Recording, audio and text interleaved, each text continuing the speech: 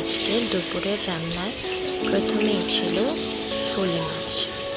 মাছগুলো আমি প্রথমে লবণ হলুদ দিয়ে মেখে তেলটা গরম করে তেলের মধ্যে আস্তে আস্তে দিয়ে দিলাম। আমাদের নরসিংদীকে এই মাছটাকে আমরা ফলি মাছ বলে থাকি।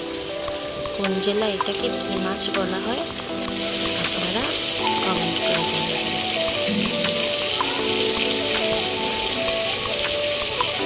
মাছগুলো একটু ভালোভাবে ভেজে নিচ্ছি।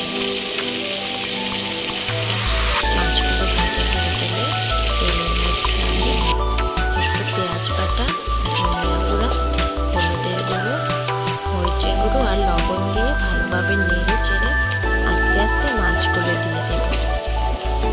মাছগুলো একটু ভালোভাবে নেড়ে চেড়ে পেঁয়াজের সাথে তারপর নামিয়ে নেব। আরও ছিল পাবদা মাছ। পাবদা মাছটা আমি পেঁয়াজ রসুন দিয়ে একটু মরিচের গুঁড়ো দিয়ে সাথে দেবো আরও একটু হলুদের গুঁড়ো, ধনিয়ার গুঁড়ো দেবো একটু সামান্য পরিমাণ মতো। এইবার লবণ আর সরিষার তেল দিয়ে, এখানে সরিষার তেল না, সয়াবিন তেল দিয়েছি আমি।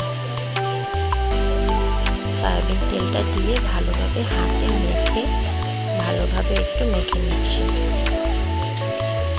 যাতে মশলাগুলো মাছের সাথে মিলে যায়। এবার আমি ডাইরেক্ট চুলার মধ্যে দিয়ে দিলাম, তারপরে একটু ওপর থেকে ধনিয়া পাতা ছিটিয়ে দেব। এবার মাছগুলো একটু ভালোভাবে জাল করে নেব। হয়ে গেল আজকে আমাদের